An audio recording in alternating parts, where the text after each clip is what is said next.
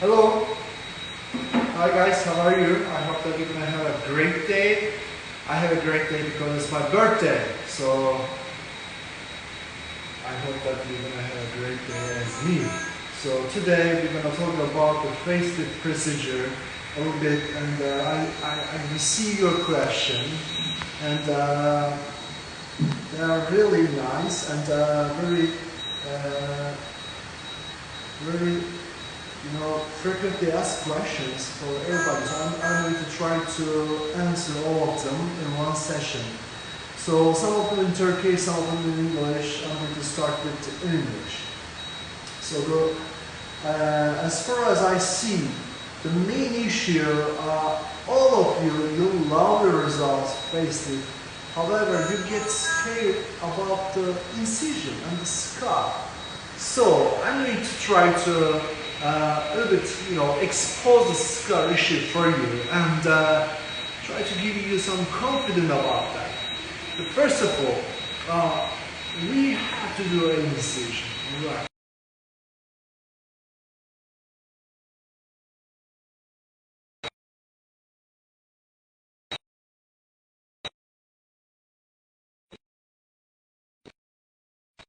As much as possible to follow the ear line. So that's one of the best techniques to hide the scar. However, it is not good enough and sometimes can be visible because at the end of the day it's a scar. So the best incision technique in terms of the visibility, of course, it is the hairline. However, it doesn't give you the possible access to all kind of tissues. Okay, because from the hairline you can do a mid FaceLift.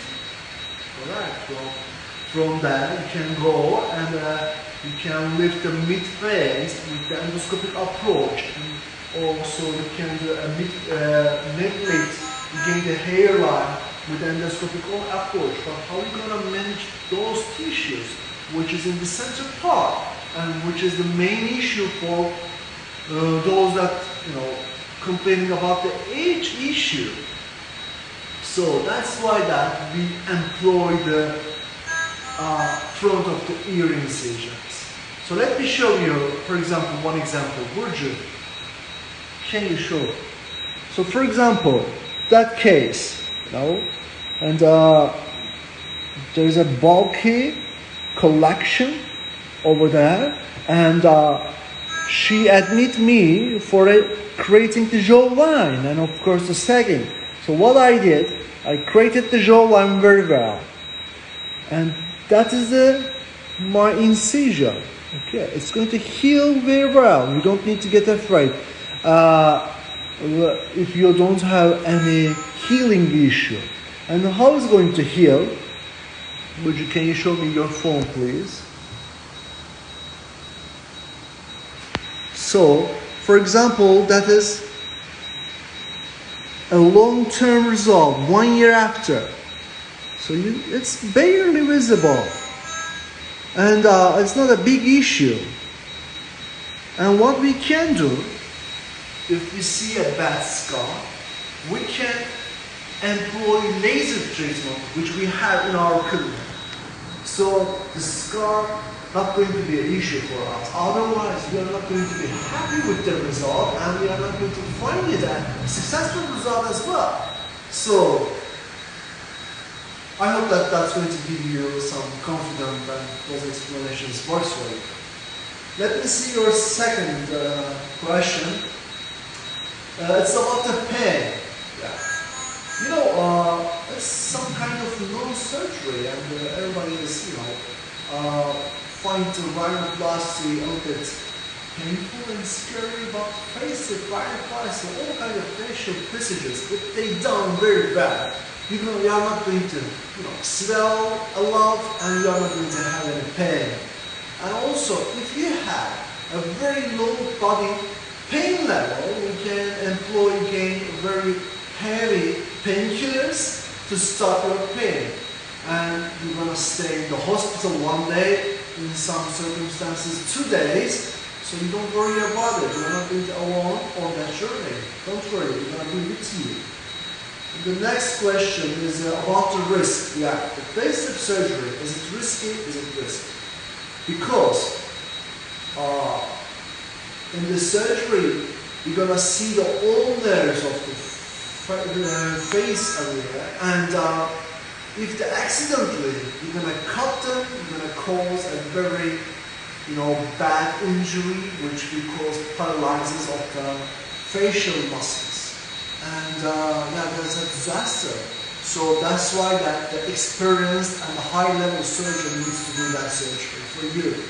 Otherwise, that can be scary complications. And the other questions about the right age. What's the right age for the facelift? Actually, it's up to you, For me, I'm 50, but I don't have any, savings, so I'm okay for me, it's okay for me. When I'm going to have a facelift, maybe in my 70s. However, if you have a very sagging and loose skin because of the body weight changes or the pregnancies or the, stress, and that's why that in your 20s or your 30s, you have a very bad sagging skin, so probably you need to have a long facelift surgery. So what I'm trying to say is up to case. The age doesn't matter. It's up to your feelings, how you feel yourself, and how you look like, and how you would like to look like. So that's up to that. And if you have a facelift very early age, like 20 or 30s, the other question is that, can I have another in my 50s or 60s? Yeah, definitely. Because we also redo a lot of facelift surgeries because they done before not good. So we revise them, we redo them.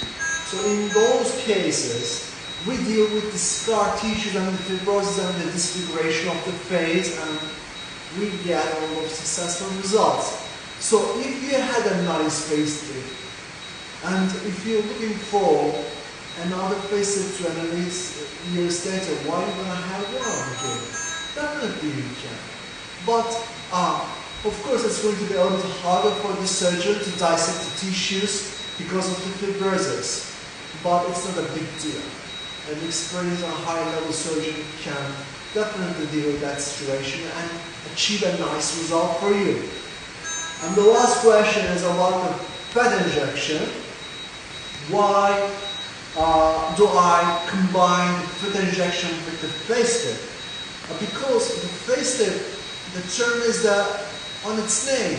We lift the tissues, So we cannot fix the hollows or the depressions or the contours. We just lift it. So the fat gives me a good options to fix those areas and as well as the lines, because the lines is something that someone who iron your pants and that line always stays same.